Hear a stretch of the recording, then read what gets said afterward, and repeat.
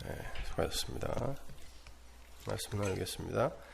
로마서 35번째 말씀을 맡은 자들에게 부어진 저주. 로마서 3장 1절에서 8절까지 함께 봉독합니다. 그런즉 유대인의 나음이 무엇이며 할례의 유익이 무엇이뇨? 범사에 많으니 첫째는 저희가 하나님의 말씀을 맡았음이니라. 어떤 자들이 믿지 아니하였으면 어찌하리요? 그 믿지 아니함이 하나님의 믿부심을 패하겠느뇨? 그럴 수 없느니라. 사람은 다 거짓되되 오직 하나님은 참되시다 할지어다. 기록된 바 주께서 주의 말씀에 의롭다 함을 얻으시고 판단받으실 때에 이기려 하심이라 함과 같으니라. 그러나 우리 불의가 하나님의 의를 드러나게 하면 무슨 말 하리요? 내가 사람의 말하는 대로 말하노니 진노를 내리시는 하나님이 불의하시냐? 결코 그렇지 아니하니라. 만일 그러하면 하나님께서 어찌 세상을 심판하시리요? 그러나 나의 거짓말로 하나님의 참되심이 더 풍성하여 그의 영광이 되었으면 어찌 나도 죄인처럼 심판을 받으리요? 또는 그러면 선을 이루기 위하여 악을 행하자 하지 않겠느냐? 어떤 이들이 이렇게 비방하여 우리가 이런 말을 한다고 하니 저희가 정죄받는 것이 옳으니라. 아멘. 오늘 우리가 함께 공부할 부분은 별로 중요해 보이지 않지만 로이드 존스 목사님의 말씀대로 아주 어렵고 중요한 메시지를 담고 있는 그런 부분입니다. 로이드 존스는 자신의 로마서 강해에서 이 대목을 지적하면서 성경에서 가장 해석하기 어려운 내용이다 라고 그렇게 이야기를 했어요. 아주 중요한 부분입니다. 그래서 그런지 제가 한 20여 편의 주석과 또 강해를 읽어봤는데 대부분 로이드 존스 목사의 해석의 울타리를 벗어나지 못하고 있어요. 제가 이 장과의 문맥을 연결을 해서 제가 한번 자세히 설명해 드릴 테니까 잘 들어보세요. 어렵습니다. 지금부터 제가 여러 개의 단어들 한번 불러드릴게요. 여러분 마음속으로 제가 불러드리는 단어들의 공통점을 한번 맞춰보세요.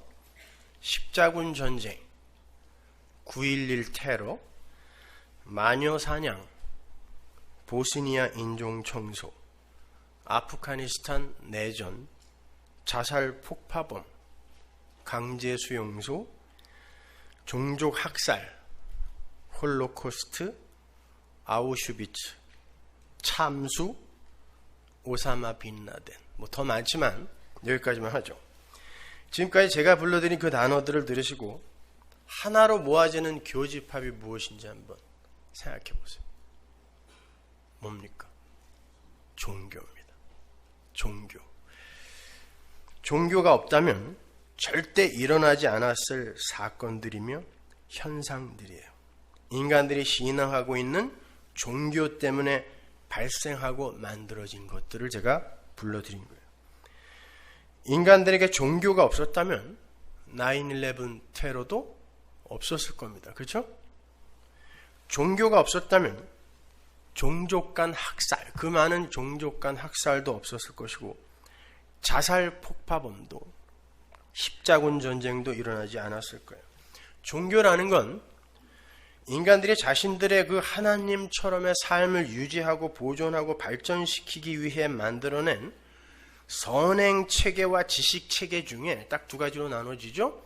그 선행체계의 핵이라 할 수 있는 게 종교예요.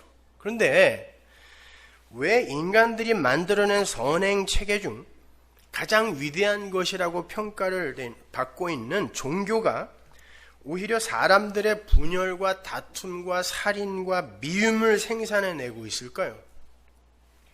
왜 종교가 인류와 역사를 파괴하는 주범이 된 거죠? 그렇잖아요. 많은 미래학자들이 미래의 전쟁의 발단은 대부분 종교에서 비롯될 것이다. 미래의 전쟁은 전부 종교 전쟁이 될 것이다 라고 예측을 합니다. 왜 종교가 이 마지막 때의 인간과 역사의 파멸의 단초가 되고 있는 걸까요? 종교를 하나하나 한번 생각해 보세요. 떠올려 보세요. 어떤 종교가 선을 추구하지 않는 종교가 있어요? 어떤 종교가 이 땅에서 악하게 살자라고 가르친 종교가 있어요? 근데 왜 종교가 전쟁을 유발하냐고요? 왜 종교가 다툼을 유발하죠? 왜 이 인류는 종교 때문에 망할 거라고 그러죠? 그게 바로 하나님을 떠난 인간들이 추구하는 선행체계, 그 선의 실체인 거예요. 인간들이 만들어낸 선의 결국, 인간이 만들어낸 선은 결국 멸망으로 귀결이 된다는 걸 보여주고 있는 겁니다. 여러분, 종교가 뭡니까? 쉽게 정의가 되세요? 종교가 뭐예요? 이 세상에는 종교인과 기독교인 딱 두 부류밖에 없어요. 무신론자, 나를 신앙하는 종교인입니다. 종교인과 기독교인 딱 두 부류밖에 없는데 그 종교가 뭐냐고요? 그럼 다른 걸 한번 여쭤볼게요. 이 세상 모든 종교가 궁극적으로 추구하는 게 뭐예요? 불교, 힌두교, 이슬람교 이런 고등종교를 비롯한 모든 종교가 추구하는 게 뭐예요? 인간들의 인간다움 회복입니다. 나쁜 겁니까? 좋은 거예요. 모든 종교가 추구하는 게 인간들의 인간다움 회복이에요. 쉬운 말로 인간들의 하나님 흉내 내기가 목적이에요. 공동체를 구성하고 있는 각 개체가 착해지고 순수해지고 현명해지고 똑똑해져서 공평하고 정의로운 사회와 국가를 구현하여 인간들이 구상하고 추구하는 행복의 지평으로 나아가는 게 모든 종교의 궁극적 목적이에요. 모든 종교에. 심지어 사탄교까지도 그래요. 사탄교는 예수 믿지 말고 마귀가 시키는 대로 인간이 중심이 된 평화로운 세상을 만들자가 사탄교의 목적입니다. 나빠요? 예수만 빠지는 거예요. 모든 종교가 선을 추구하여 인간이 중심이 된 선. 문제는 그 종교 안에 모든 객체가 단 한 사람의 예외도 없이 나라는 우상을 섬기고 있다는 거예요. 그게 아담들의 보편적 속성입니다. 나라는 존재가 가장 착해야 되고 나라는 존재가 가장 선하다는 평가를 받아야 하며 나라는 존재가 가장 현명해야 돼요. 그리고 나라는 존재가 가장 행복해야 돼요. 천국에 가서도 내가 상을 더 받아서 내가 너보다는 더 잘 살아야 되는 거예요.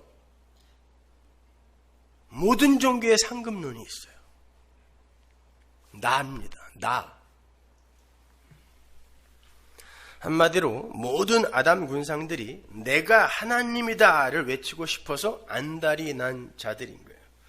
그러한 이들이 모여서 종교를 이루고 있습니다. 그래서 모든 종교의 표피적 목적은 선하게 보임에도 불구하고 심지어 사탄교까지도 선하게 보임에도 불구하고 그들이 맺어내는 열매와 결과가 분열과 다툼과 미움과 전쟁으로 나타나게 되는 거예요. 리차드 도킨스의 만들어진 신이라는 책에 보면 The God Delusion이라는 책에 보면 이런 말이 나와요. 누군가 망상에 시달리면 그걸 정신 이상이라고 한다. 그리고 다수가 무리지어 망상에 시달리는 걸 종교라 한다. 정확히 정의했어요. 물론 제가 리차드 도킨스의 주장에 동의한다는 말은 아니에요. 리차드 도킨스는 그러한 망상의 종교를 버리고 인간의 의지를 발동하여 지성과 도덕 준수를 바탕으로 한 행복을 쟁취하라 라고 주문을 해요. 완전한 인본주의죠. 진화론 생물학자니까. 제가 보기엔 그 또한 망상에 사로잡혀 있는 사람에 불과해요. 그건 안 됩니다. 인간은 죄인이기 때문에. 그러나 그가 내린 종교의 정의는 참으로 날카로운 정의라 아니할 수 없어요. 이데올로기가 바로 그러한 인간들의 종교 중 하나예요. 어차피 모든 종교의 주인공은 나를 중심으로 한 인간이에요. 이데올로기도 마찬가지예요. 이데올로기의 주인공도 나를 포함한 인간입니다. 생겨난 지 100년 만에, 아니 100년도 안 되죠. 7, 80년 만에 무려 1억 명의 인간을 학살한 공산주의. 1억 명이 죽었습니다.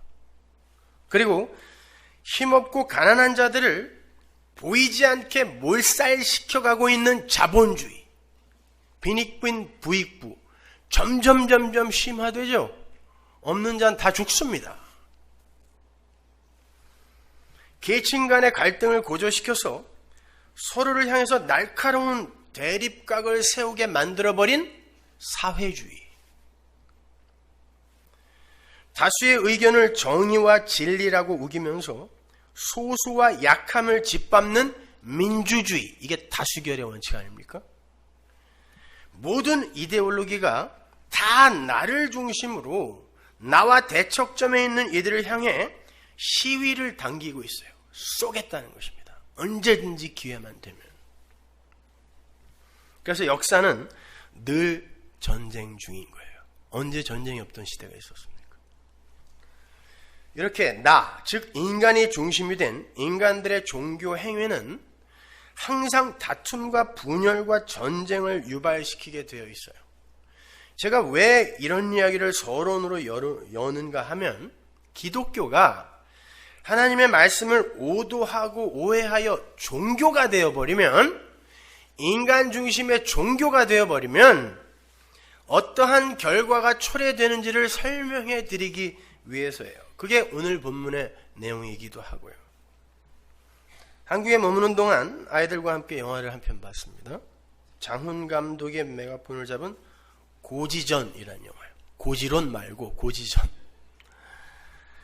1953년 휴전 협상이 난항을 계속하고 있는 가운데 최전방 고지인 애록 고지를 지키고 있던 일명 악어중대의 이야기를 담은 영화예요. 그 영화는 국군을 포로로 잡은 인민군 장교의 일장 훈시로 시작이 돼요.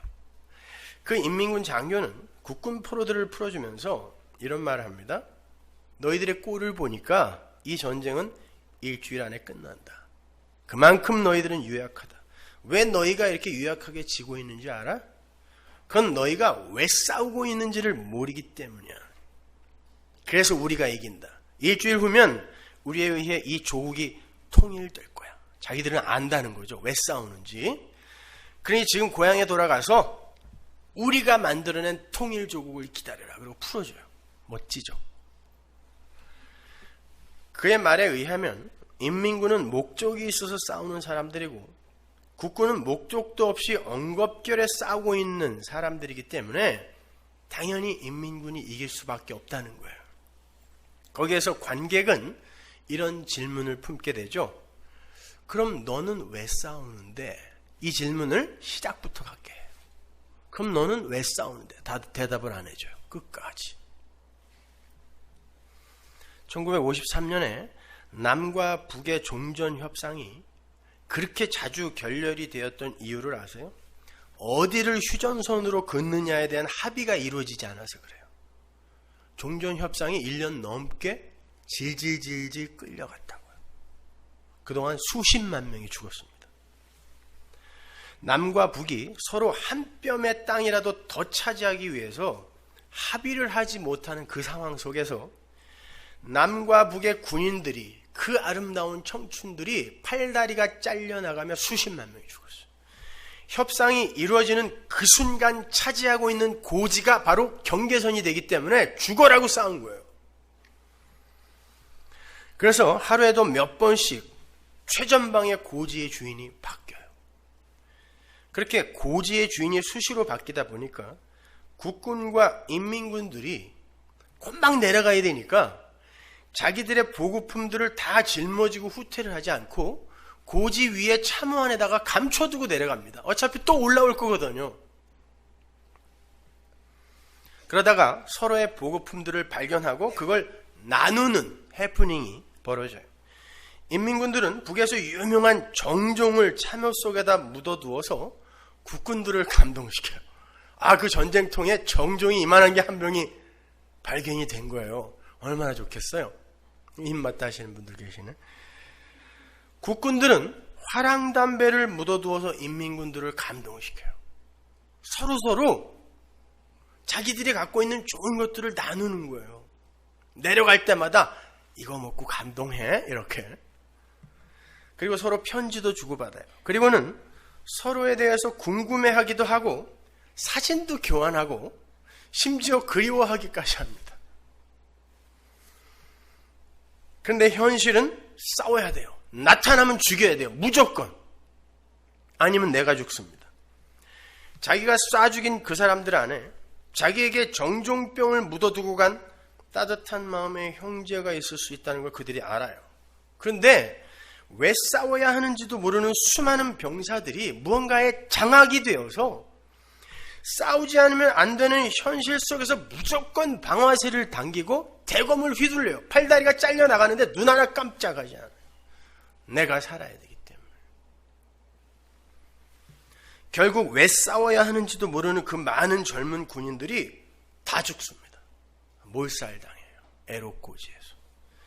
저는 거기에서 예수를 알지 못하는 이 세상 모든 종교인들의 결말을 보는 듯 했어요.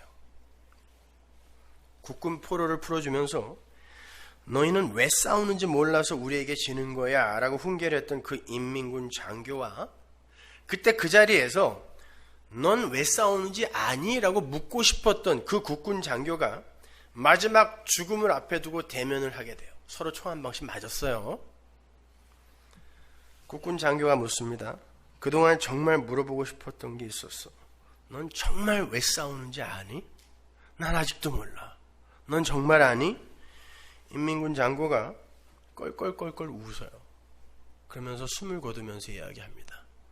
나 예전에 안 것 같았는데 너무 오래 싸우다 보니까 잊어버렸어. 결국 아무도 모르는 거예요. 자기들이 왜 싸우는지 아무도 모르는 거예요. 여러분, 그게 바로 하나님의 은혜를 떠난 자들의 실체이며 실상인 거예요. 나가 주인이 되어서 나를 위한 종교를 만들고 나의 위상과 가치를 챙기기 위해 남을 죽여야 하는 그게 선악과를 따먹고 각자의 그 하나님처럼의 삶을 추구하는 아담들이 만들어내고 있는 이 역사의 실제의 모습이며 바로 그들이 마귀의 세력이라 불리는 거고 그들이 사는 곳이 지옥이에요. 그게 바로 이데올로기를 포함한 선행체계, 즉 종교가 만들어내는 실상인 겁니다. 그런데 자꾸의 기독교가 그러한 종교가 되었다는 걸 아세요? 오늘날 기독교는 종교입니다. 나를 포함한 인간이 기독교의 주인공이 되어버린 거예요. 그러니까 기독교 안에 다툼과 분열과 전쟁이 끊이지 않는 거예요. 세상이 기독교인들을 위해 기도를 해주는 시대가 된 겁니다. 쟤들 좀 그만 싸우게 해달라고. 지하철에서 사람들이 싸우면 야, 여기가 교회인 줄 알아 임마? 어른들이 그렇게 충고한다 그러죠. 그 영화 속에서 한 군인이 이런 말을 합니다. 지금까지 내가 죽인 사람을 차마 셀 수가 없어.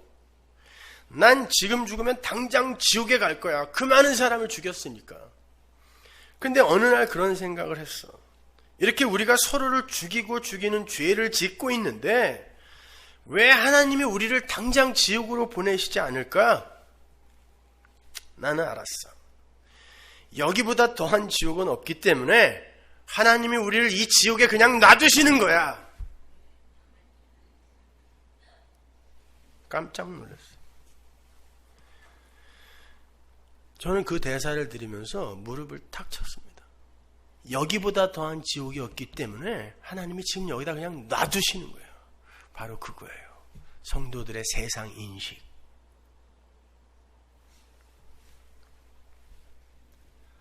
그게 바로 우리 성도가 이 세상을 바라보는 올바른 역사 인식이어야 돼요. 그렇게 지옥과 같은 하나님을 떠난 세상의 실체를 올바로 인식하고 거기에 쏟아부어지는 하나님의 은혜가 얼마나 말도 안 되는 커다란 선물인지를 감동스럽게 인정하게 되는 이들을 성도라 그래요. 인간은 구원에 있어서만이 아니라 존재로서의 성립에서조차 그 어떤 모양으로도 주체로서의 기여를 할 수 없는 존재입니다. 그 어떤 모양으로도 주체가 되어서는 안 되는 존재예요. 그런데 인간들이 수많은 종교들을 만들어 놓고 자기들이 주인공이 되고 자기들이 구상한 행복이 충만한 그런 망상의 성을 구축하기 위해서 수고하고 무거운 짐들을 열심히 지고 있는 거예요. 그래서 테텔레스타이, 다 이루었다로 결론이 지어지는 그 예수 그리스도의 십자가 사역의 그 온전성, 거기에 관해서 설명을 하면 기분이 나빠지는 거예요. 그럼 난 뭐야 이렇게. 홀로 완전한 그 십자가의 은혜 앞에서는 자기를 포함한 사람, 즉 아담 군상들이 모두 무시되는 듯한 느낌을 받기 때문에 그래요. 그래서 은혜를 이야기하면 무율법주의자라느니 도덕 폐기론자라는 비난을 받게 돼 있어요. 제가 요즘 무지하게 많이 듣고 있는 그런 내용인데, 심지어 저에게 무료로 책을 받아보고 있는 신학생들을 만났는데 그들까지 제게 인간의 자유의지를 들먹이면서 하나님 나라의 건설에서의 신인 협동서를 주장하더라고요. 그럼 그동안 뭘 읽은 거냐? 물어봤더니 당신이 틀렸다는 걸 읽었다는 거예요.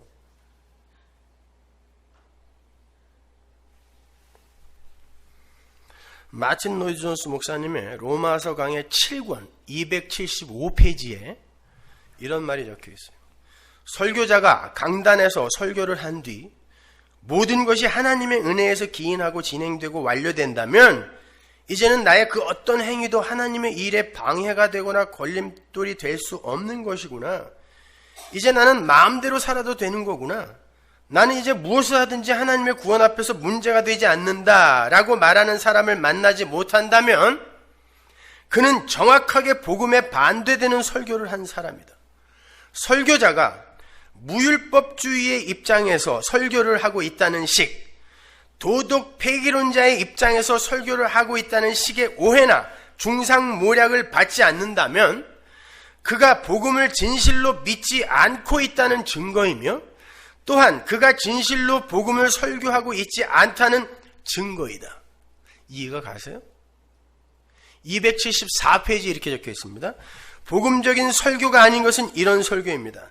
자, 여러분이 착한 삶 살기에 애를 쓰고 죄를 안 짓기 위해 노력하고 다른 이들에게 선을 행하고 교회에 빠지지 않고 정기적으로 출석을 하며 교회 일에 바쁘고 활동적인 사람이 되면 여러분은 훌륭한 그리스도인이 될 것이고 반드시 하늘나라에 들어가게 될 것입니다. 이것이 바로 복음 설교의 정반대의 설교입니다.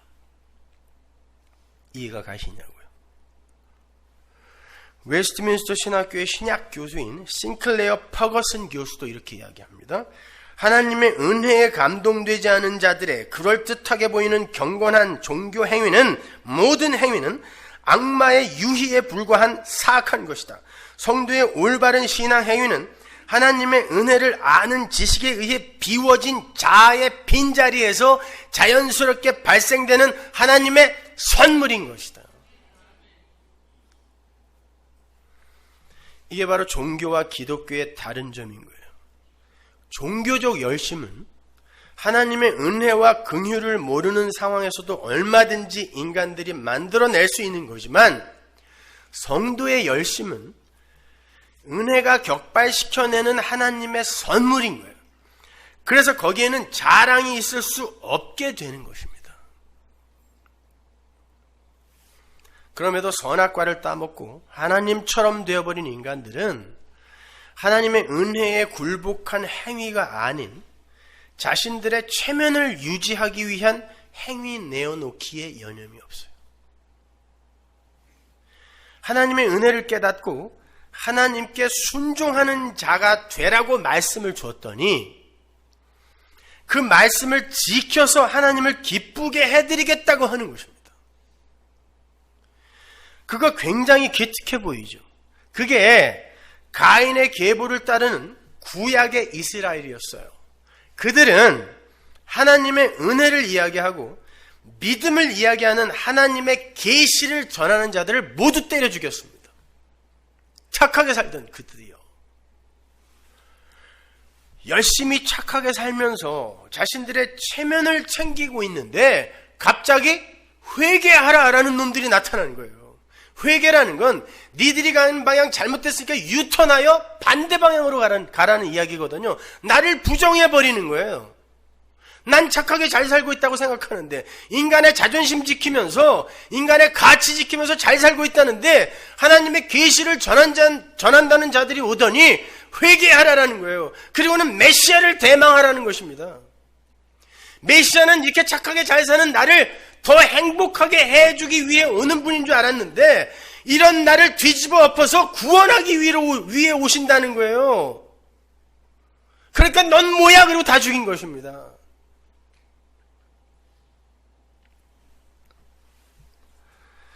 아담들은 자신들의 선한 행위가 부정당하는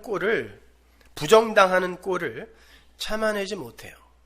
그러니까 무율법자라느니 도덕 폐기론자라느니 혐의를 씌워서 죽여버리는 거예요. 우리는요 착하게 살기 위해서 죽인 거예요. 이게 예수의 십자가였어요. 제사 지내고 율법 더 잘 지키기 위해서 그거 아니다라고 이야기하는 저를 죽이겠다라고 하나님을 죽여버린 겁니다.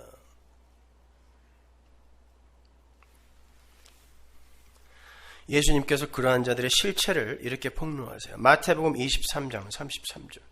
뱀들아 독사의 새끼들아 너희가 어떻게 지옥의 판결을 피하겠느냐. 그러므로 내가 너희에게 선지자들과 지혜 있는 자들과 서기관들을 보내매 너희가 그 중에서는 덜어 죽이고 십자가에 못 박고 그 중에 덜어는 너희 회당에서 채찍질하고 이 동네에서 저 동네로 구박하리라. 그러므로 의인 아벨의 피로부터 성전 제단 사이에서 너희가 죽인 바라기아의 아들 사가랴의 피까지 땅 위에서 흘린 의로운 피가 다 너희에게 돌아가리라. 의인 아벨이 자기의 제사, 즉 자기의 행위를 지키기 위한 가인에 의해서 살해당했다는 건 아시죠? 자기의 제사를 지키기 위해 동생을 죽인 겁니다. 그럼 사가랴는 어디에 나와요? 역대하에 나와요. 사가랴의 히브리어는 스가랴예요. 역대하 24장 20절 보세요. 이에 하나님의 신이 제사장 여호야다의 아들 스가랴를 감동시키며 저가 백성 앞에 높이 서서 저희에게 이르되 여호와께서 말씀하시기를 너희가 어찌하여 여호와의 명령을 거역하며 스스로 형통치 못하게 하느냐 하셨나니 너희가 여호와를 버린 고로 나라는 우상을 섬기려고 여호와의 은혜를 버린 걸 여호와를 버렸다 그래요. 여호와를 버린 고로 여호와께서도 너희를 버리셨느니라 하나 무리가 함께 꾀하고 왕의 명을 쫓아 여호와의 전뜰에서 성전에서 돌로 쳐 죽였더라. 이 얘기하는 거예요. 예수님이. 그럼 왜 갑자기 여기에서 사가랴 이야기를 할까요? 여러분 유대인들의 성경은 편집이 잘못되어 있습니다. 우리랑 달라요. 유대인의 구약 성경의 마지막이 뭔지 아세요? 역대하예요. 그러면 역대하의 마지막 선지자를 예수님이 지금 유대인들에게 보내는 마태복음에서 사가랴를 들었다라는 건 아벨부터 시작부터 끝 역대하, 니들이 끝이라고 하는 역대하 사가랴까지 니들은 다 때려 죽일 거란 뜻이에요. 뭐를? 하나님의 은혜를 이야기하는 자들을, 자기의 제사를 지키려고 하는 자들이 성전에서 때려 죽이는 것입니다. 어디서? 교회에서요. 인간의 자존심을 지키겠다고 하는 자들이 교회에서 하나님의 계시를 전하고 사는 자들을 때려 죽이는 거예요. 그게 역사예요. 오늘날 기독교가 정확히 이 모양으로 가고 있어요. 정확하게. 저는 한국 교회를 한 달간 방문하면서 이 그림을 분명하게 봤어요. 정확하게 봤어요. 다 맞아 죽고 있어요. 그들이 저를 불러요. 목사님이 오셔서 우리의 힘이 되달라고. 눈물이 앞을 가려요.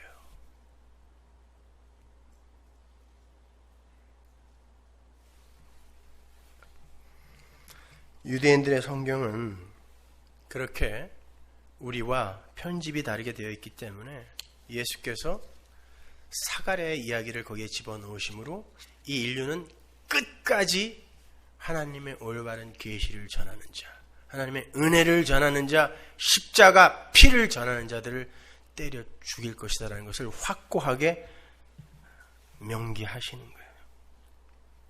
이렇게 종교인들에게 참 진리가 전해지면 그 종교인들에 의해서 하나님의 복음을 전하는 자들이 모두 맞아 죽게 돼 있어요. 그 극명한 예가 예수님의 십자가 죽음이었던 거예요. 그래서 성경이 목숨 걸고 은혜의 도, 믿음의 도를 지켜라라고 하는 거예요. 그게 싸움이에요, 여러분. 그게 이기는 거란 말이에요. 유다서 1장 3절 보세요. 사랑하는 자들아, 내가 우리의 일반으로 얻은 구원을 들어 너희에게 편지하려는 뜻이 간절하던 차에 성도에게 단번에 주신 믿음의 도를 위하여 힘써 싸우라. 내가 이 편지로 너희에게 써야 하는 이 마음을 아냐라는 거예요. 믿음의 도를 지키라는 거예요. 왜 초대교회에, 예수가 죽은 지 얼마 안 된 이 초대교회에도 왜 율법주의가 들어와서 판을 치냐는 거예요. 믿음의 도를 지켜라. 이는 가만히 들어온 사람 몇이 있음이라. 저희는 옛적부터 이 판결을 받기로 미리 기록된 자니 경건치 아니하여 우리 하나님의 은혜를 도리어 세교거리로 바꾸고 홀로 하나이신 주제 곧 우리 주 예수 그리스도를 부인하는 자니라. 지키라는 거예요. 그들이 들어온다. 지키라는 거예요.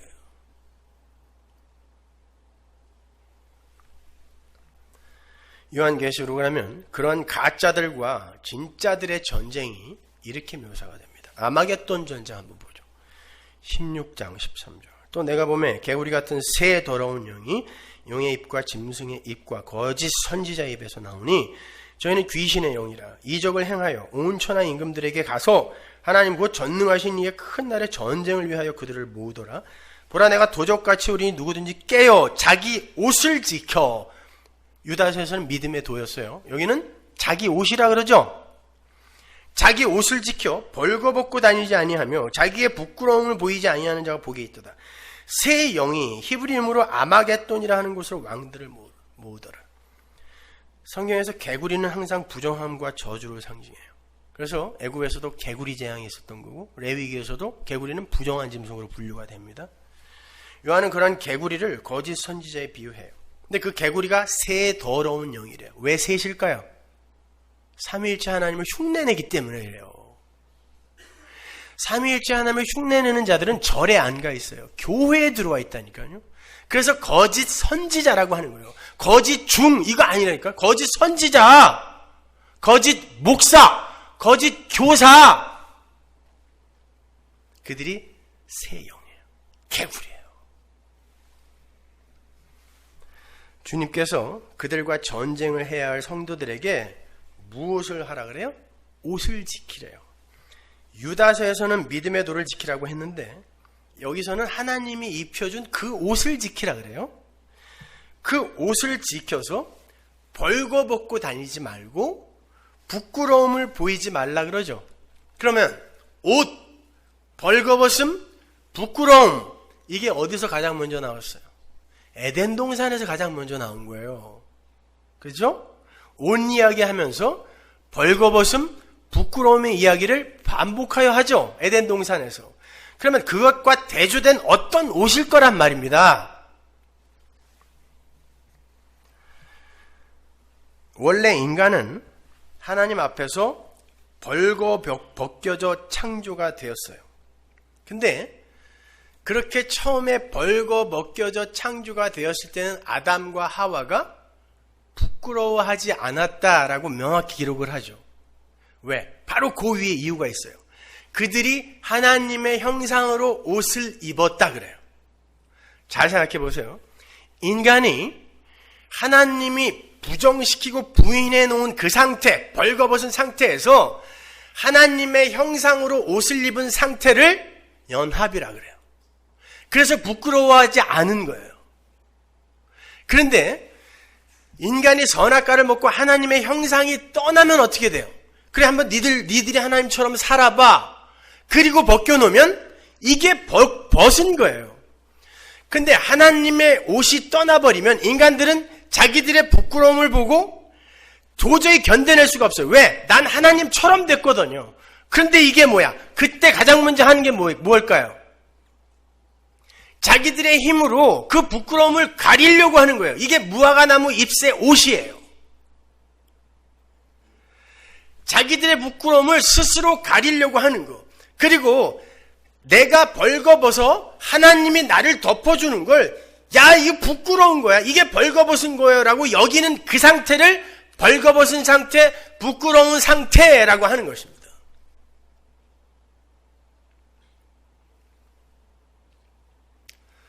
그렇게 내가 만든 명예의 옷, 인기의 옷, 인간 가치의 옷, 이런 무화과나무 잎사귀 옷을 입고 있는 그 상태가 벌거벗은 거예요. 그렇게 해놓고 야 잘했어 잘 가렸어 하는 그 상태를 성경은 벌거벗었다라고 한다니까요. 계시록으로 가보세요. 3장 17절.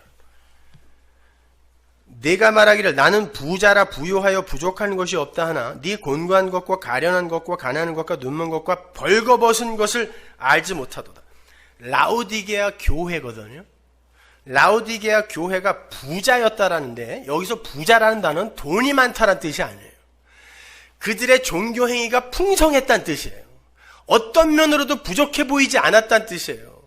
착한 사람도 너무 많았고 하나님을 열심히 섬기는 것처럼 보이는 이들이 너무 많았다는 뜻이에요. 그게 부유한 거예요. 그런데 그들이 그 상태에서 어떻게 했다 그래요? 야 우리는 부자다 부유하다. 야 우리 참 잘하고 있구나 라고 했다는 거예요. 그랬더니 하나님이 그게 벌거벗은 거야 라고 이야기하는 거예요. 인간들이 자기들의 행위와 자기들이 이 세상 것으로 그 부끄러움을 어떻게 해서든지 가려보려고 하는 게 이 역사잖아요. 선행체계, 지식체계 전부가 바로 그거란 말입니다. 이데올로기를 포함한 종교가 전부 그거란 말입니다.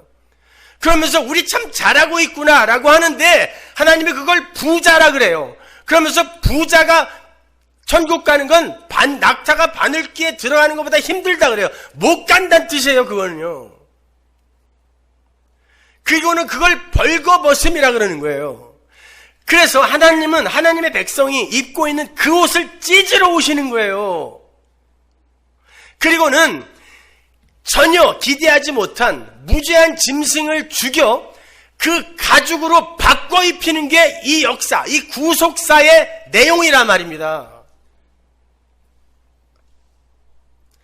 그래서 그 옷을 지키라고 하는 거예요. 성도야, 내가 내 새끼 죽여서 내 아들 십자가에서 죽여서 그 피에 옷을 빨아 흰 옷 만들어서 계시록 7장 14절 너희들에게 입혀주었는데 왜 자꾸 너희들은 인본주의로 돌아가려고 그래?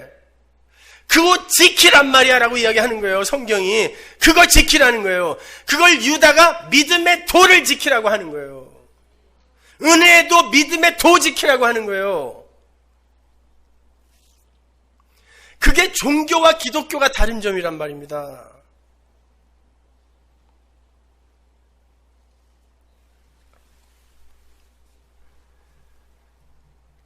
계시록 3장 18절 보세요. 내가 너를 권하노니 내게서 불로 연단한 금을 사서 부요하게 하고, 부요는 그렇게 만드는 게 아니라 연단, 고난이 너희의 부요가 되어야 된다는 뜻이에요. 흰옷을 사서 입어 벌거벗은 수치를 보이지 않게 하고, 이 옷이에요. 이 흰옷은 어떻게 만든다 그래요? 계시록 7장 14절에서 어린 양의 피에 씻어 빨아 희게 만든 옷, 십자가 보혈 은혜, 그 옷 입으라는 거예요. 무화과 나무 잎 다 찢어버리라는 뜻입니다. 그 위에 입으면 안 돼요. 은혜의 옷 위에 그거 걸쳐서도 안 돼요. 이 옷을 예수님이 비유해서 예복이라고 하는 거예요. 혼인잔치 안에 들어갈 수 있는 자가 입어야 할 왕이 주는 바로 그 예복, 이게 흰 옷이란 말입니다. 갈라디아서 3장 27절 보세요. 누구든지 그리스도와 합하여 세례를 받은 자는, 죽은 자는 그리스도로 옷 입었느니라. 이 옷 지키라는 거예요. 이 옷. 그리스도로 옷 입은 자들을 하나님의 형상이라고 하는 거예요. 그렇게 그리스도에게 장악된 상태를 순종이라 그래요. 여러분 잘 기억하세요. 하나님께서 제사라는 행위를 지키기 위해서 자신의 뜻과 의지로 살찐 제물들을 살려서 가지고 온 사울에게 뭐라 그랬어요?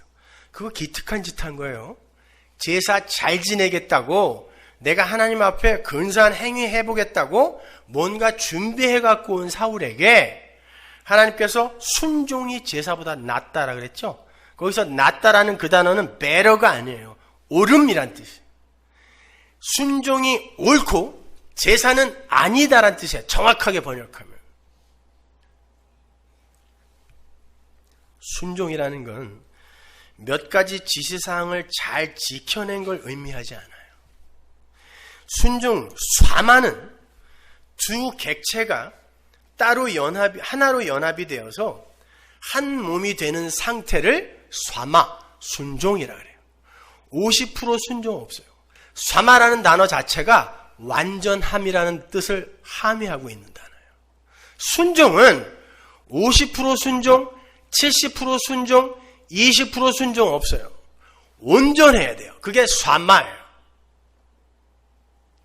근데 하나님이 순종하라라는 건 내 말 몇 가지 지키고 와라라는 뜻이 아니라 내가 널 비워버리고 네 안에 들어가겠다는 뜻이에요. 그래서 널 장악한 그 상태, 그때는 예수가 끄는 대로 끌려갈 거 아닙니까? 이걸 순종이라 그래요. 근데 종교에 빠진 이들은 착한 일 몇 개 해놓고 너는 순종 못했지만 나는 4개 했다 이렇게 나오는 거예요. 난 5개 했다, 나는 100개 했다 이렇게 나오는 거예요. 이거 순종 아니에요, 여러분.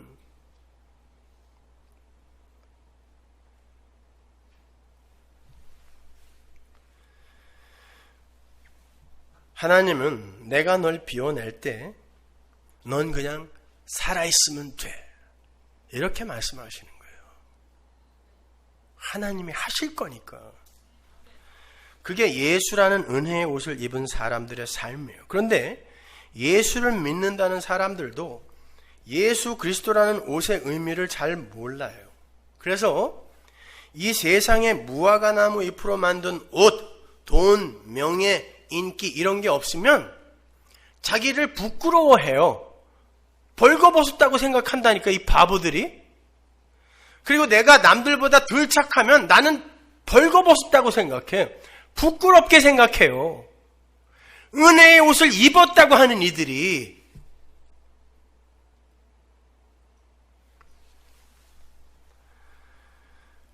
정작 예수라는 옷에 관해서는 관심이 없어요. 마치 자신이 벌거벗고도 벌거벗은 것을 인정하지 않았던 벌거벗은 임금님과 그 임금님을 바라보면서 야, 그거 참 멋있다, 임금님 짱이에요 이랬던 그 어리석은 나쁜 백성들. 우리들이 입은 옷이 진짜라고 우리는 그렇게 너스레를 떨고 있는 거예요. 실제로는 홀딱 벗고 있는데 야, 멋있어 서로 칭찬해 주는 거예요. 하나님은, 성경은 벌거벗었다고 하는데 우리끼리 칭찬해 주고 있어요.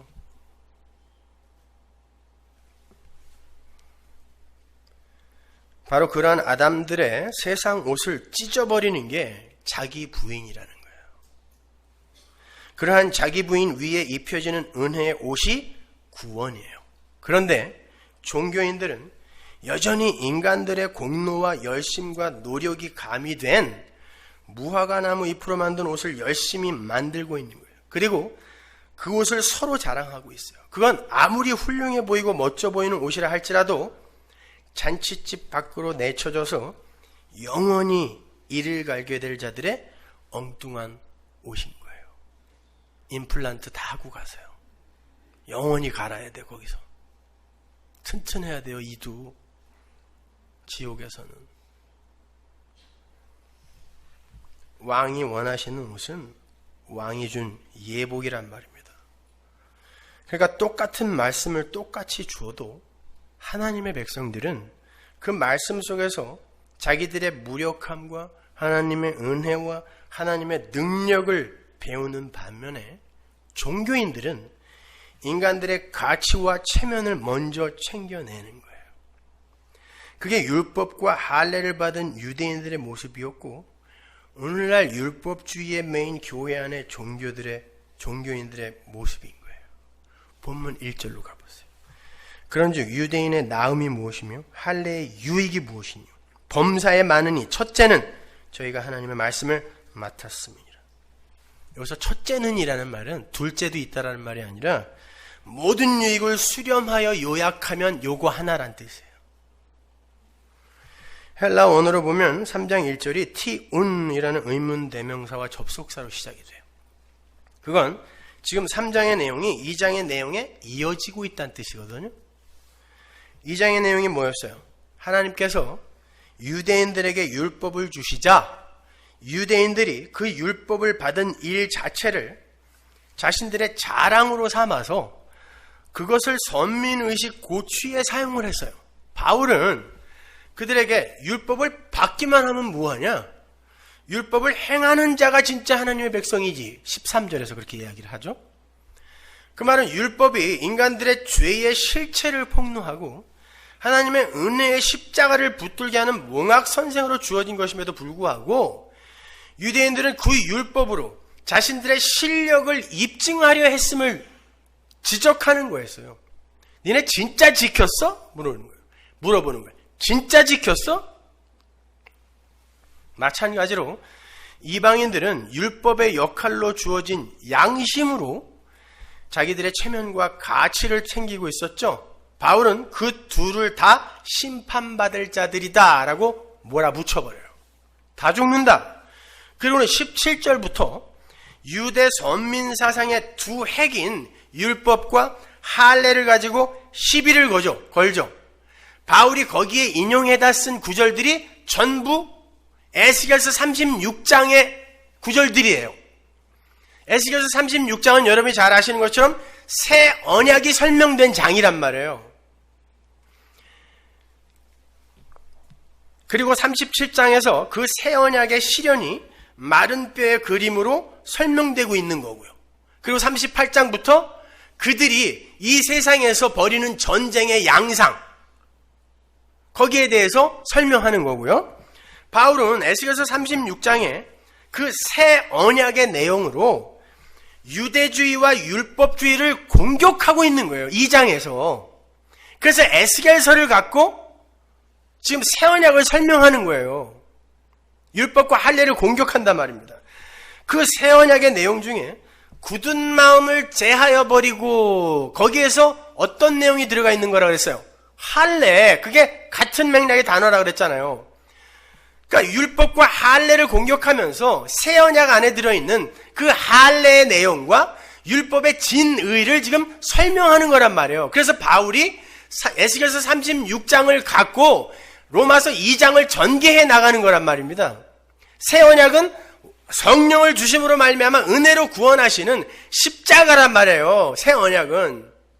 그래서 제가 에스겔서 36장과 그 이후를 갖고 로마서 2장을 길게 설명해 드렸던 거예요. 바울이 바로 그 맥락으로 설명을 하고 있으니까.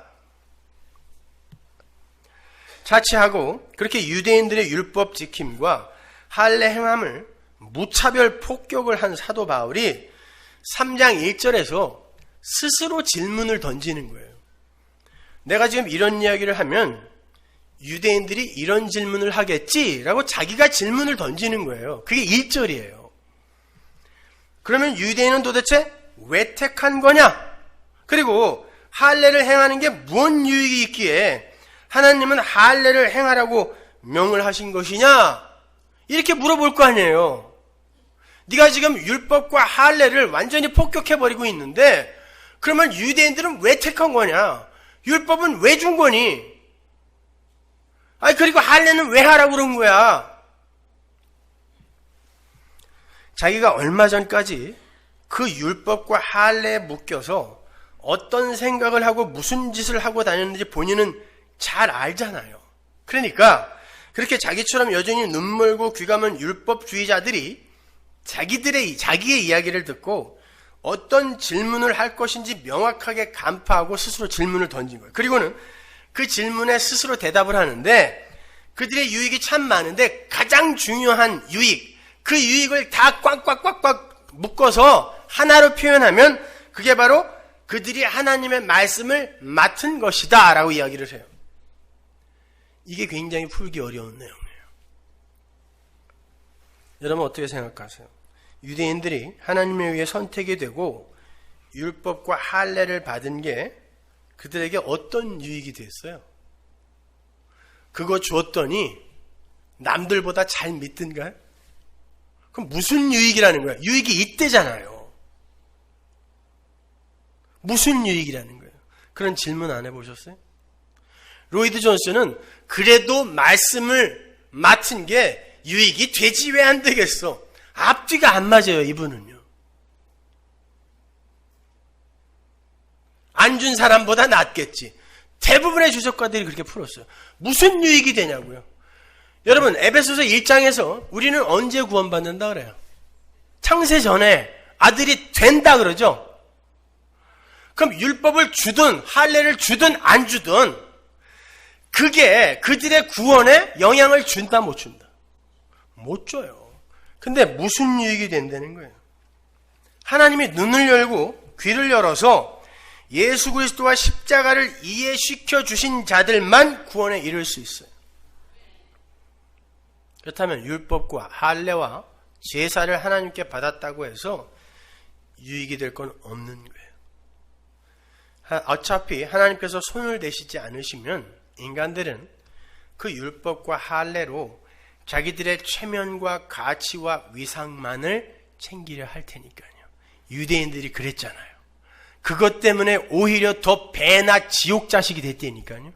근데 그게 무슨 유익이냐고요. 아담들은 하나님의 말씀을 받고도 선악과를 먹어버리는 존재들이에요. 그게 이스라엘에서 다시 한번 설명되는 거거든요. 아담들은 하나님의 말씀을 맡아서 나를 중심으로 한 종교를 만들어요. 이게 구약의 이스라엘이었단 말이에요. 바울이 본문 3절에서 어떻게 말하는지 보세요. 어떤 자들이 믿지 아니하였으면 어찌하리요? 그 믿지 아니함이 하나님의 미쁘심을 패하겠느냐? 그럴 수 없느니라. 사람은 다 거짓되되 오직 하나님은 참되시다 할지어다.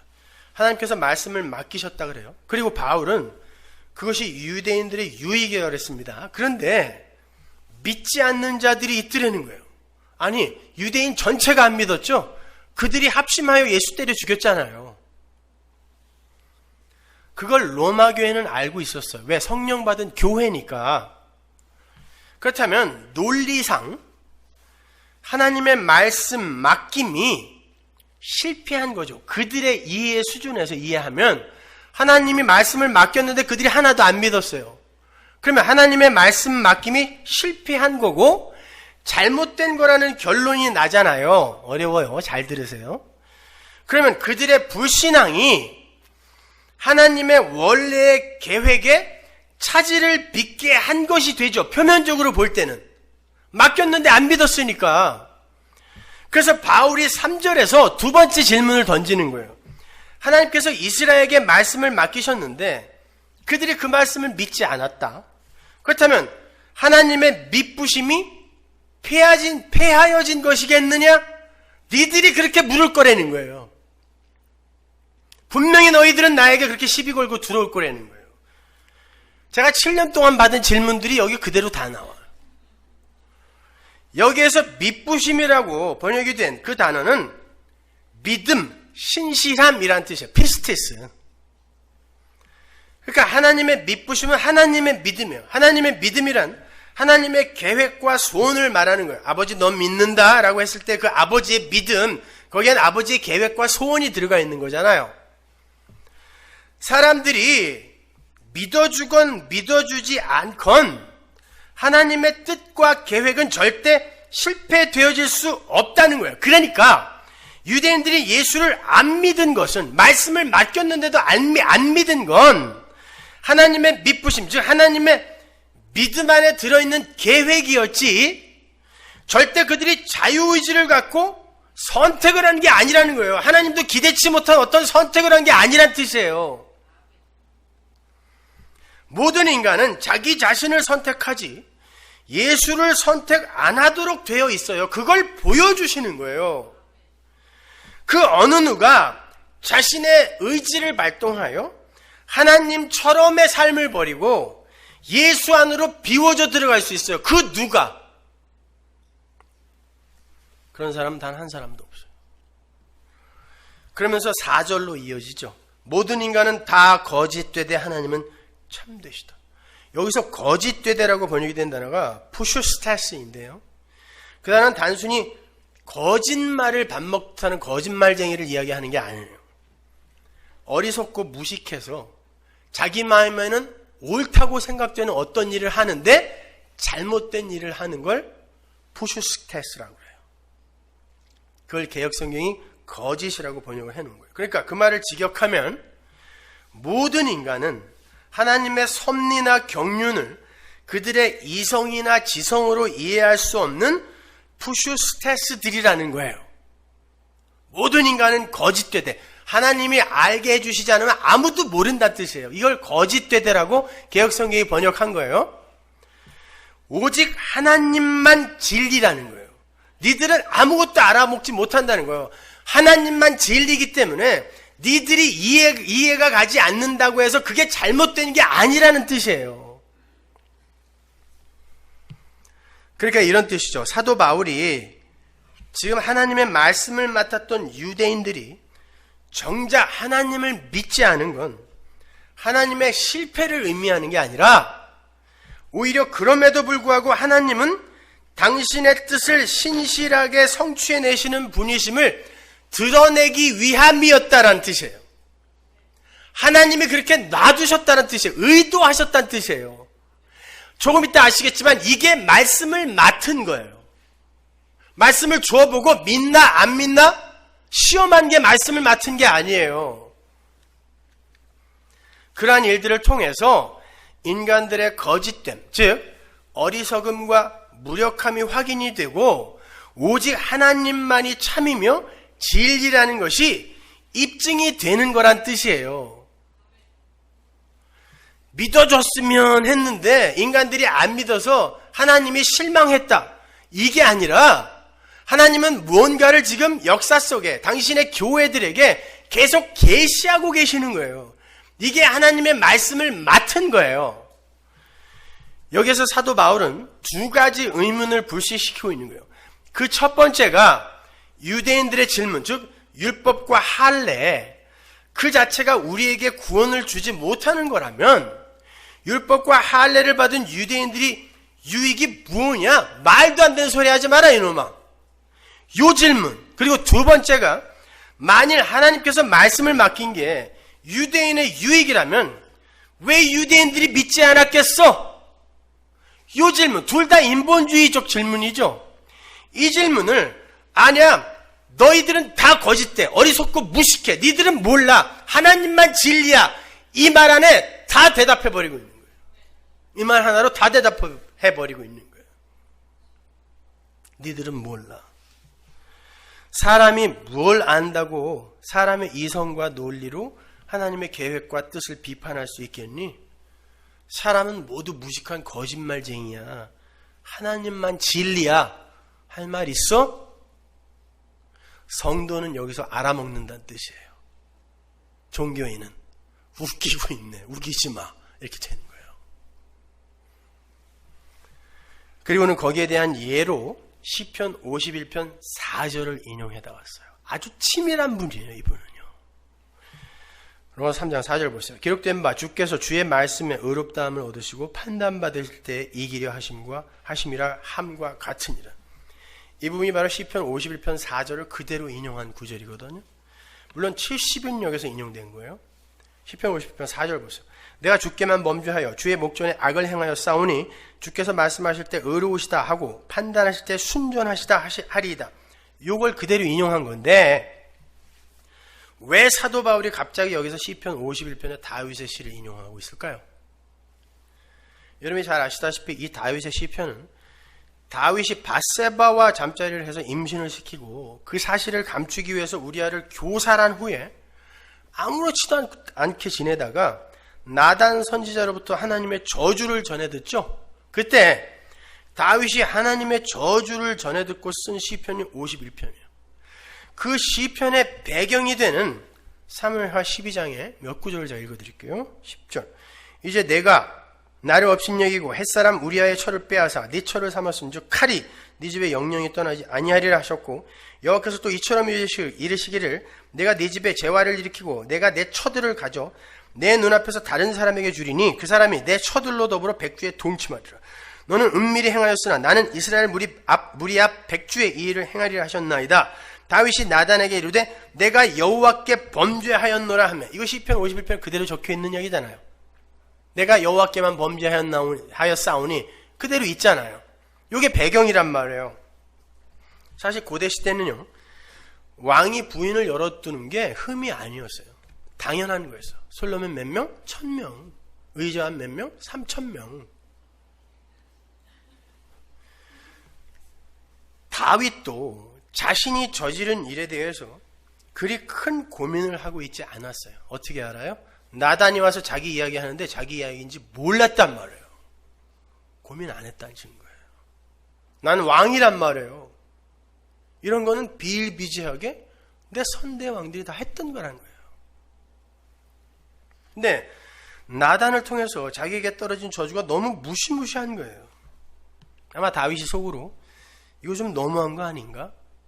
내가 그동안 하나님 앞에서 성실하고 경건하게 산 삶에 비하면 이 정도의 흠은 이스라엘의 왕의 신분을 감안해서라도 좀 눈 감아주시면 안 되나?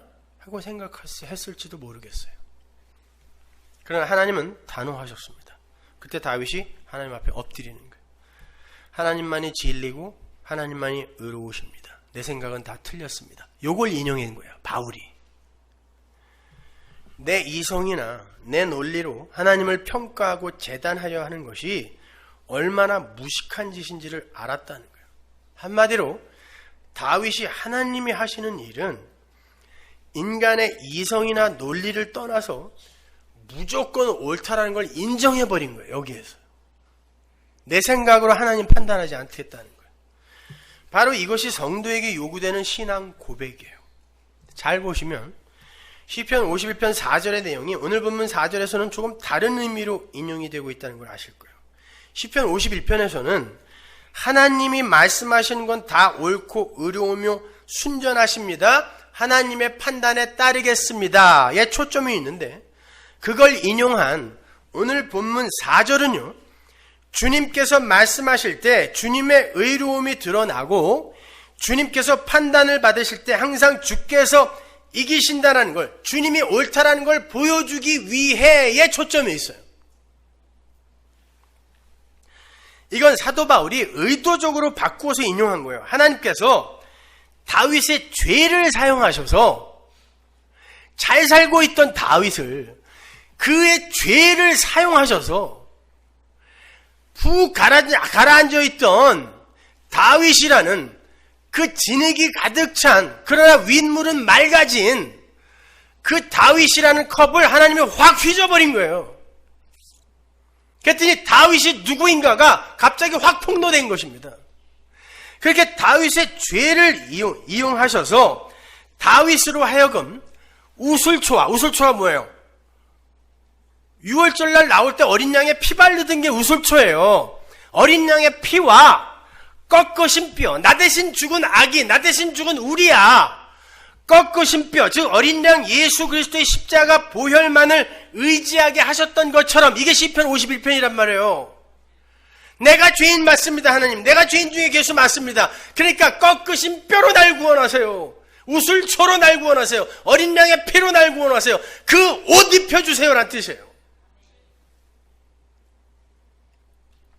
그것처럼 율법과 할례를 사용해서 이스라엘의 죄를 지적하시고 폭로하심으로 당신의 백성들로 하여금 예수 그리스도의 십자가를 붙들게 하려 하셨던 하나님의 계획은 하나님의 의로움과 하나님의 이기심, 승리를 만천하에 드러내기 위함이었다는 걸 그 모두 안에 넣고 있는 거란 말이에요. 그래서 시편 52편 4절을 여기다가 인용해다 쓰는 거예요. 왜 유대인들이 말씀을 맞고도 안 믿었냐고? 왜 율법과 할례를 주어서 개망신시키냐고? 다윗을 그렇게 만들어서 예수의 십자가 붙들게 한 것처럼 몽학선생으로 준 거란 뜻이에요. 그래서 그게 유익이다라고 하는 거예요. 못 지켰는데 유익이다라고 하는 거예요. 들을 게 있는 사람만 들으세요. 못 알아들어요. 종교인들은 못 알아들어요.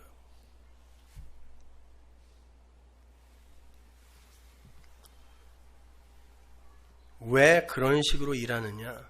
차라리 미리 말려주시던가 아니면 미리 경고를 해주시던가 하지, 왜 불의와 죄를 저지르게 해놓고 못 지키게 해놓고 그때에서야 하나님의 의로우심과 하나님의 긍휼을 덮으시는가, 하나님의 참되심을 자랑하시는가, 그런 질문 하지 말라는 거야.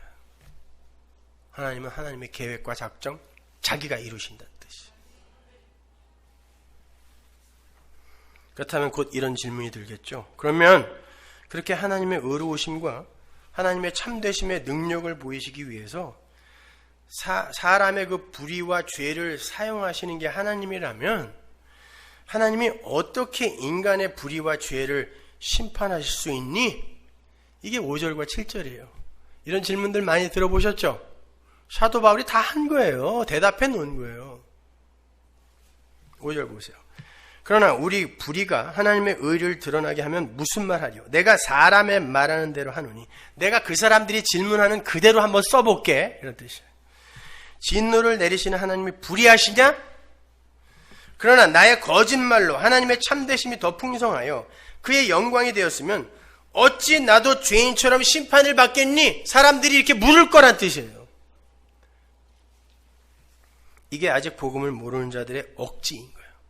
바울도 그것을 괄호로 묶어서 분명하게 표기를 해요. 이거 내 의견 아니야. 세상 사람들이 이렇게 물을 거야. 물론 창세전에 구원을 받은 하나님의 백성들은요, 그들의 어리석음과 불의와 죄로 심판받지 않습니다.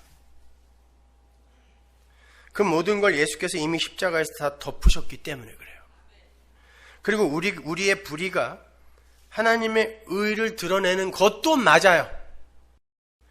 그러나 그러한 하나님의 은혜의 복음의 내용을 정확히 알고 있는 이들은 그러니까 이제 막 살아도 되겠네, 이런 결론으로 못 간다는 뜻이에요.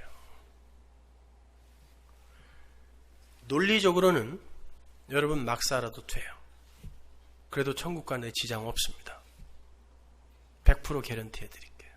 그러나 여러분의 삶은 그걸 용납하지 않아요. 왜? 여러분 안에 예수가 살기 때문에 그래요.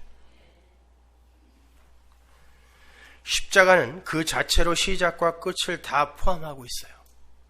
그래서 로이드 존스 목사가, 그리고 싱클레어 퍼거슨 같은 사람이 그럼 이제 막 살아도 되겠네 라는 반응을 끌어내지 못하는 설교자는 복음을 모르는 설교자다라고 단호하게 말을 했던 거예요. 그러나 하나님의 은혜의 깊이를 체험한 이들은 삶 속에서 그게 안 된다는 거예요. 논리적으로는 맞지만 우리의 삶이 그렇게 안 된다는 뜻이에요.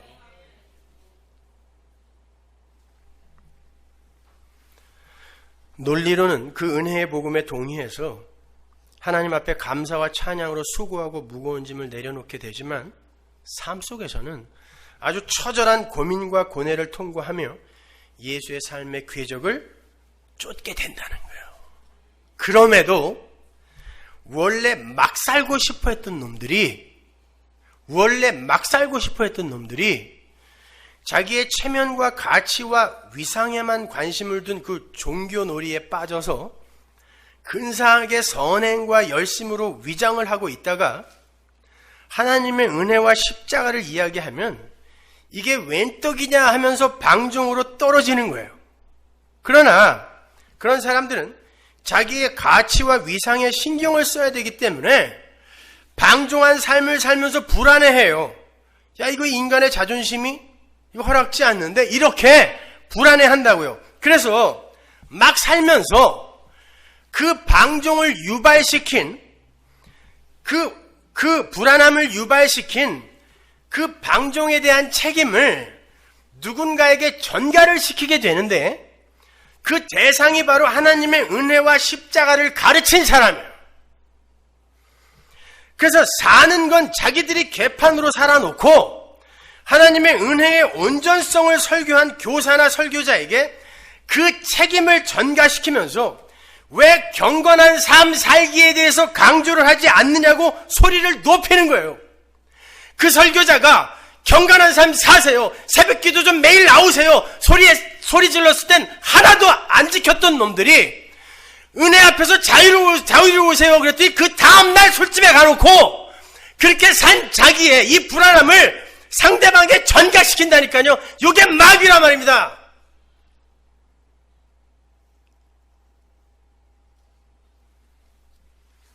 잘 보세요. 여러분 주변에서 왜 우리 교회에서는 십자가만 이야기하고 인간의 행위에 대해서는 그토록 가치 없이 이야기하냐고 볼멘 소리를 하는 이들이 어떤 삶을 살고 있습니까? 정말 여러분이 보기에 존경할 만큼 경건하게 살던가요? 천만의 말씀.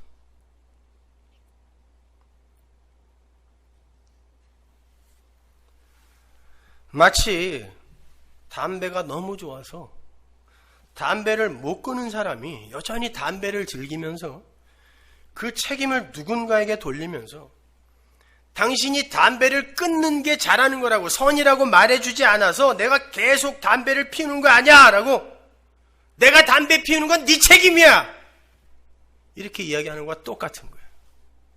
지가 피우고 싶어서 피면서 왜 담배 끊는 게 선이라고 내게 말해주지 않냐고 상대방에게 책임 전가시키는 것밖에 안 돼요. 아닙니까?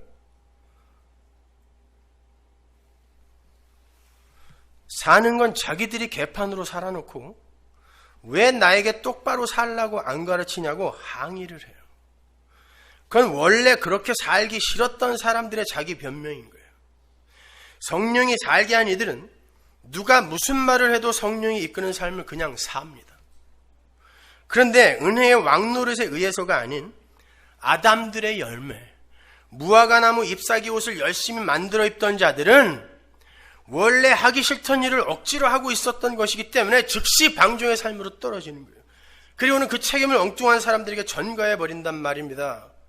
네가 그렇게 가르쳐서 내가 이렇게 됐다.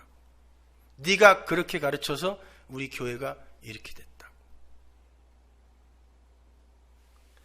그들이 심판받고 정죄받게 될 자들이라는 거예요. 그게 8절입니다.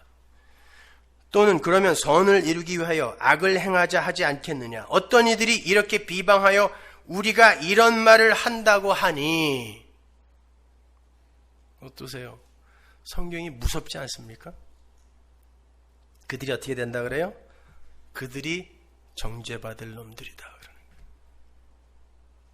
성도는 그런 말 못한다는 뜻입니다.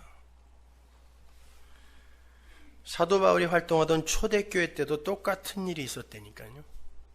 사도 바울이 하나님의 은혜를 설교했더니 지들이 좋아서 막 살던 놈들이 그 불안함을 어쩌지 못하고 바울에게 책임을 전가하면서 저 사람이 하나님의 선을 이루기 위해서 악을 행해도 된다고 했다라고 누명을 씌웠어요. 사도 바울 8절에서 그러는 거야. 내가 언제 그렇게 얘기했니? 예수 믿으라 그랬지 니들한테 막 살라 그랬니? 하나님의 은혜 십자가가 니들을 자유롭게 한다 그랬지 니들이 막 살아도 된다 그랬니? 그 이야기 하는 거예요. 성령 받은 하나님의 백성은 하나님의 은혜에 눈과 귀가 열리게 되면 그럼 이제 막 살아도 되겠네로 밀려가는 게 아니라 어떻게 하면 내 의가 아닌 하나님의 의에 의한 올바른 신앙 행위를 할 수 있을까를 고민해요. 다른 고민이란 말입니다. 이 둘은요. 제가 지난주에 기도원에 올라가 있었는데 기도원에서 밤을 보내면서 이런 생각이 들었습니다. 하나님의 주권을 전적으로 신뢰하고 믿는 내가 왜 기도해야 되지? 하나님이 다 하신다며 왜 기도해야 되지? 밤새 기도했거든요. 근데 아침에 왜 기도해야 되지? 어차피 내 기도에 의해서 하나님의 작정과 계획이 바뀌지 않을 건데 왜 내가 기도해야 되지? 도대체 성도의 신앙생활 속에서 기도의 가치와 역할이 뭐예요? 여러분은 아십니까? 기도 안 하세요? 기도하시죠. 제가 아무리 은혜를 이야기하고 하나님의 주권을 이야기해도 여러분 기도하십니다. 그죠? 왜 하세요? 기도의 역할과 가치가 뭡니까? 우리 성도가 기도를 한다는 건 내가 필요한 어떤 것을 얻어내기 위해 애쓰는 차원의 것이 아니라 하나님께서 내게 행하신 일, 이미 묵시 속에 완료된 그 일의 구체적 내용을 이 역사 속에서 알아가는 도구의 차원에서 기도를 하는 거예요. 그래서 기도가 means of grace, 은혜의 통로라고 하는 거예요. 수단. 그걸 알아가는 수단이요? 징검다리인 거예요. 기도를 해서 여러분의 삶에 어떤 게 이루어지는 게 아니라 그 이루어진 일이 여러분의 삶 속에서 해석되고 이해되어지는데 기도가 필요한 거예요. 행위 마찬가지인 거예요. 그 행위를 함으로 혹은 안 함으로 여러분의 미래가 결정되고 상이 결정되는 게 아니라 창세전에 결정된 어떤 일이 여러분의 삶 속에서 이해되어지고 가르쳐지고 습득되어지는데 깨달아지는데 필요한 게 행위란 말입니다.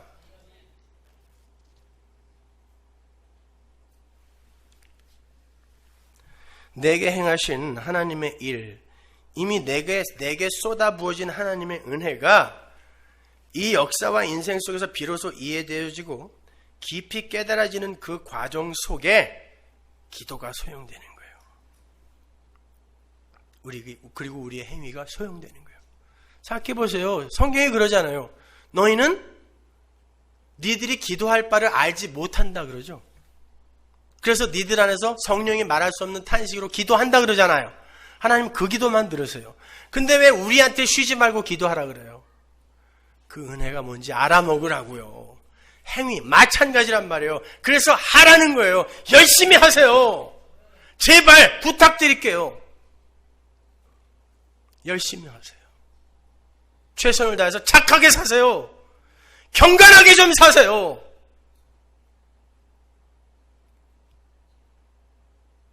그리고 은혜를 배우시란 말이에요. 그걸로 자기 자랑하지 말고.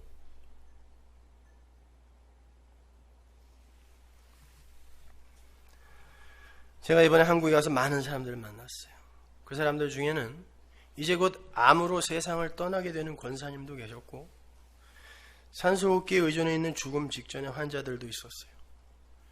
산골에서 문명과 상관없이 살고 있는 불쌍한 촐로들과 장대비 속에서도 한 끼를 해결하기 위해서 무료 급식소 앞에 줄을 서 있는 노숙자들도 만났어요. 가난한 신학생들을 만났고 오갈 데 없는 고아들도 만났습니다. 가족들을 부양하느라 타국만리에서 피땀을 흘리고 있는 외국인 노동자들을 만났어요. 그러면서 제가 한 달 동안 연신 부르고 다녔던 노래가 평화의 기도였어요. 주여 나를 평화의 도구로 써주소서.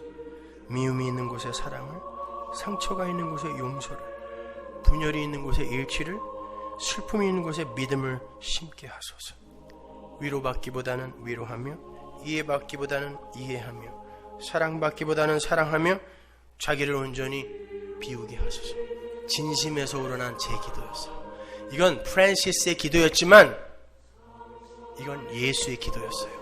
근데 그 예수의 기도가, 이렇게 완전히 살다 가신 예수의 기도가 제 안에서 진심으로 격발되어 터져나오더라는 거죠. 말씀으로든 물질로든 그 가난하고 불쌍한 사람들을 위로하고 격려하고 힘을 주고 싶다는 마음이 간절했어요. 제가 그렇게 온전히 살 수 없다는 걸 저 자신 누구보다도 잘 알아요. 그런데 어느 때보다도 더 간절히 그런 기도가 터져나왔어요. 그들과 부둥켜 안고 그 자리에서 같이 살고 싶었어요. 저는 앞으로 그렇게 살도록 노력할 거예요. 하나님이 그런 마음 주셨으니까요.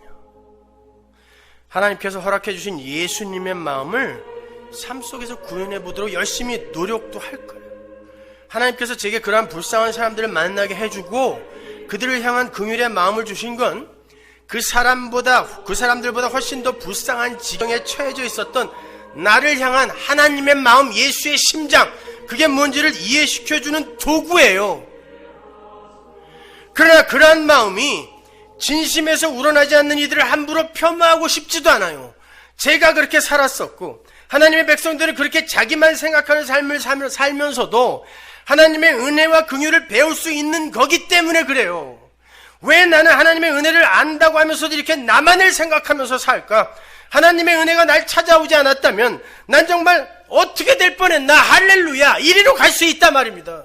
근데 누가 누구를 존경하고 누가 누구를 폄하할 수 있어요?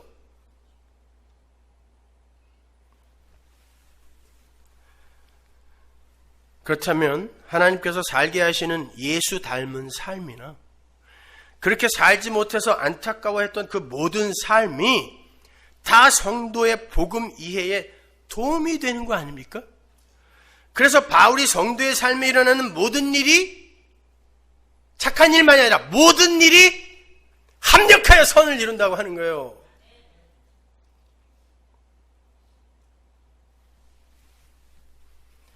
그러니까 성도는 하나님께서 예수의 심장으로 살게 하시거든 열심히 최선을 다해서 사시면 돼요. 게으르지 마시고 최선을 다해서 이웃을 섬기고 나누고 봉사합시다. 우리도 좀 하자니까요. 거기에서 자기 자랑 챙기지 말란 말이에요. 이만큼 얘기했으니까 이제 우리도 하잔 말이에요. 남들보다 더 열심히 하십시다. 이왕 할 거면은.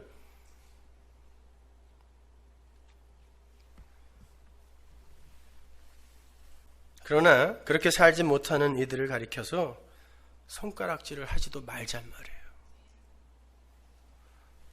그들도 그 과정을 거치고 은혜의 깊이를 깨달아 아는 만큼 예수 닮은 삶을 내놓을 수 있는 거고, 혹 그렇지 못하더라도 하나님의 은혜와 긍휼과 능력을 계시해내는 도구로 사용되는 게 성도의 역할이란 말이에요. 저럼에도 불구하고 내가 죄를 구했단다를 보이는 어떤 이들이 있을 거란 말입니다. 우리가 뭔데 그들을 함부로 평가하냐고요. 제가 하는 설교의 내용이 뭔지 아시겠어요? 제발?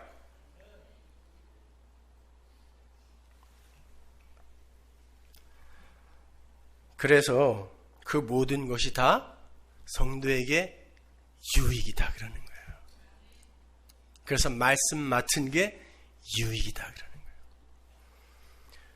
본문 2절에서 바울이 이스라엘의 유익을 말씀 맡은 것이라 그랬죠.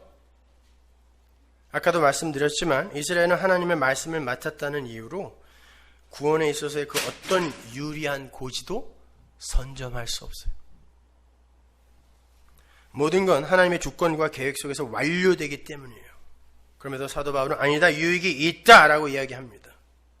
여기에서 말씀이라고 번역된 단어는요, 로고스 아니에요. 로기온이에요. 신탁이란 단어예요. 로고스, 성경을 줬다는 뜻이 아니라 신탁, 로기온이라는 단어는 구약 보면은 선지자들이 갑자기 빙의된 사람처럼 자기가 하나님처럼 이야기하는 경우 있죠. 땅이여 들으라, 하늘이여 들으라 이러면서 자기가 하나님처럼 이야기하죠. 요거예요. 하나님의 도구로 쓰여서 하나님의 계시를 그냥 드러내는 그런 자들의 입과 삶에서 나오는 걸 로기온이라 그래요. 그걸 이스라엘에게 맡겼다는 건 하나님의 구원이 왜 필요한가, 메시아가 왜 필요한가, 예수의 십자가 왜 필요한가를 이스라엘을 통해 하나님이 계시하셨다는 거예요. 이게 말씀을 맡긴 거예요. 그런데 죽은 흙에 불과한 이 존재들이 하나님에게 들려서 사용돼요. 그렇게 하나님의 계시를 드러내는 도구로 사용되는 것 그 자체도 유익이라는 거예요. 그리고 성도는 반드시 그 말씀 맡은 자의 삶을 산다는 것입니다. 그런데 말씀을 맡았다고 하는 자들이 그 말씀을 갖고 유대인들처럼 그걸 종교에 사용해버리면 그들에게 저주가 임하는 거예요. 그래서 제가 말씀 맡은 자들에게 임한 저주라고 설교 제목을 정한 겁니다. 아무리 똑같은 말씀을 전해도 어떤 이들은 그 십자가를 붙들고 감사와 찬양 속에서 눈물을 흘리는데 어떤 이들은 여전히 인간의 자존심을 챙기더라는 거예요. 예수를 알고 가세요. 예수를 배우고 가시란 말입니다, 여러분. 이스라엘은 말씀을 맡아서 살면서 인간들은 얼마나 불가능한 존재이며 얼마나 은혜가 필요한 자들인가를 설명해 냈어요. 그렇죠? 이스라엘이 말씀을 맡은 거예요. 그걸 믿고 안 믿고가 중요한 게 아니라 말씀을 역사 속에서 사는 게 성도란 말입니다. 그게 유익이란 말이에요. 이스라엘은 말씀을 지키고 율법을 지키고 할례를 받아서 구원을 받겠다고 나서면서 하나님의 복음을 대적하는 자로 설명을 맡았던 거예요. 그러나 하나님은 그들 중에서도 하나님의 백성은 구원해 내시더라는 거예요. 그들이 어떻게 살던 안 살던 하나님은 당신의 일은 미쁘시게 성실히 수행해 내시더라. 그게 오늘 본문의 이야기예요. 이스라엘은 아니야, 율법 지켜야 구원받아, 할례 받아야 구원받아 했는데 바울이 그거 아니라는 거예요. 하나님 마음이라는 거예요. 그리고 니들의 삶을 통하여 하나님이 계시를 그려내시겠다는 뜻이에요. 그러니까 하나님이 열심히 살게 하시거든 경건하게 착하게 좀 사세요. 제발 부탁해요. 착하게 사세요. 때로는 하나님께서 이 인간들의 실존을 깨닫게 하기 위해서 말도 안 되는 마귀 같은 삶을 경험케 하실 수 있어요. 그때도 예수님의 십자가 붙들고 우세요. 그럼 되는 거예요. 그게 말씀을 맡은 거예요. 고린도전서 4장 1절 보세요. 사람이 마땅히 우리를 그리스도의 일꾼이요 하나님의 비밀을 맡은 자로 여길지어다. 자, 신약의 교회를 향하여 사도 바울이 이렇게 이야기하고 있어요. 너희들도 비밀, 무스테리온, 말씀을 맡은 자들이라는 거예요. 하나님은 우리의 삶 속에서 예수의 사랑이 뭔지, 그리고 인간들의 추악함이 어떤 것인지 두루두루 다 경험하게 하실 거예요. 예수의 심장을 경험케 하실 땐 여러분을 이 세상에서 가장 천사 같은 사람, 법정이나 김수환 추경보다 5만 배 더 착한 사람으로 살게 하실 수도 있어요. 그때 최선을 다해서 사세요. 같이 사십시다, 이제 그렇게. 그러나 그렇지 못한 사람들 가리켜서 함부로 비방하거나 판단하지 마세요.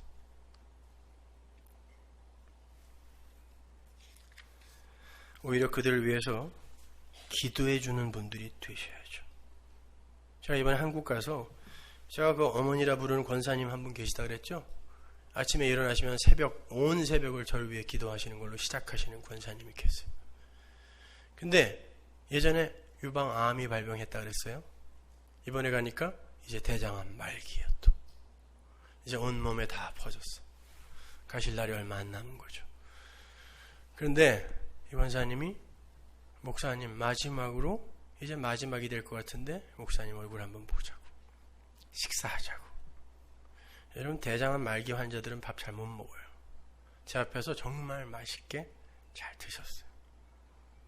그리고 자식들이 깜짝 놀랄 정도로 우리 엄마가 진짜 자기가 무슨 병에 걸렸는지 아나? 이렇게 서로 물어볼 정도로 너무 평온하세요. 근데 저한테 마지막으로 기도 부탁을 하셨어요. 어떤 기도 부탁하셨을 것 같으세요? 좀 덜 아프게 해주세요? 낫게 해주세요? 아니요. 연로하셔서 항암 치료도 못 받으세요. 그냥 가셔야 돼요. 목사님, 이게 통증이 한 번 오면 8시간에서 10시간을 가요. 제 안에 양날선 거미, 칼이 8시간, 10시간을 후비면서 돌아다닌대요. 그러면 그게 너무 고통스러워서 아버지 조금만 덜 아프게 해달라고 기도한대요.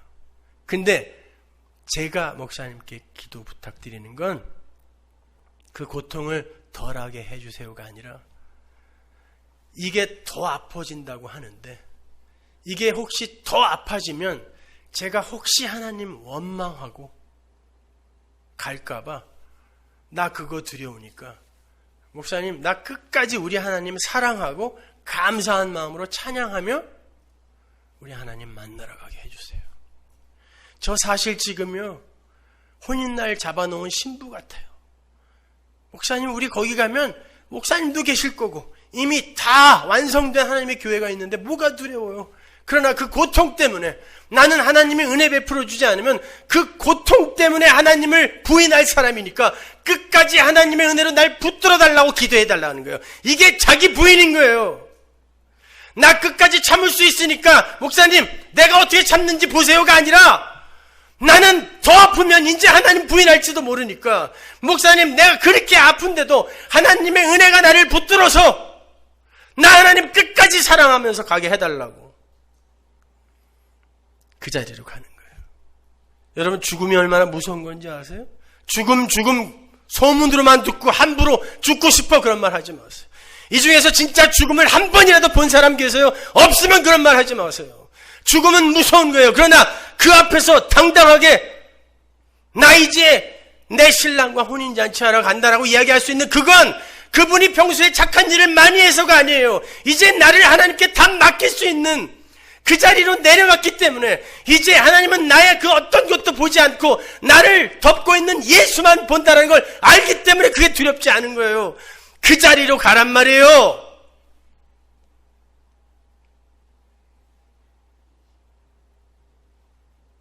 예수를 믿으란 말입니다. 자기 자신을 믿지 말고. 기도하겠습니다.